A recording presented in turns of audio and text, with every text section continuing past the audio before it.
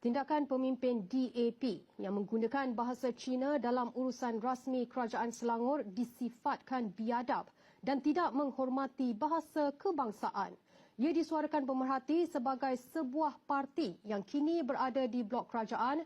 DAP tidak seharusnya mencetuskan provokasi dan kontroversi yang tidak wajar selain harus akur dan patuh dengan penggunaan bahasa Melayu dalam majlis rasmi kerajaan.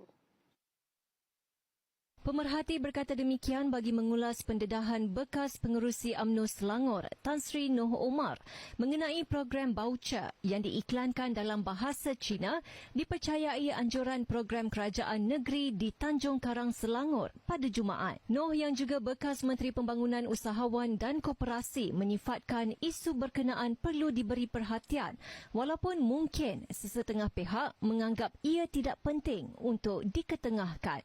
Menerusi pendedahan itu, Noh berkata jika program berkenaan adalah program rasmi kerajaan, sepatutnya urusan rasmi dan iklan program mestilah menggunakan satu bahasa, iaitu bahasa Melayu, namun ia turut dikeluarkan dalam bahasa Cina.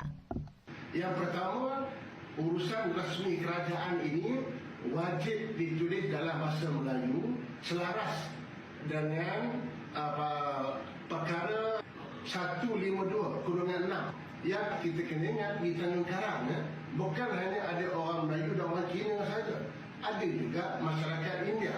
Adakah program yang dibuat oleh kerajaan negeri ini hanya untuk orang Melayu dan orang Cina saja? Saya percaya masyarakat India juga akan terasa hati mengapa bahasa India tidak ditulis. Noh bagaimanapun berkata jika program itu hanya anjuran DAP dan tidak melibatkan urusan rasmi kerajaan, ia bukanlah isu, malah boleh menggunakan bahasa Cina atau bahasa Melayu. Terdahulu, Noh mendedahkan satu program pengambilan baucer Skim Mesra Usia Emas atau SMUE dan Skim Mesra Insan Istimewa SMIS, Dewan Undangan Negeri Dun Sungai Burong dan Dun Permatang di Dewan Datuk Hormat Tanjung Karang, Selangor pada 22 Disember lalu mengiklankan program dalam bahasa Cina.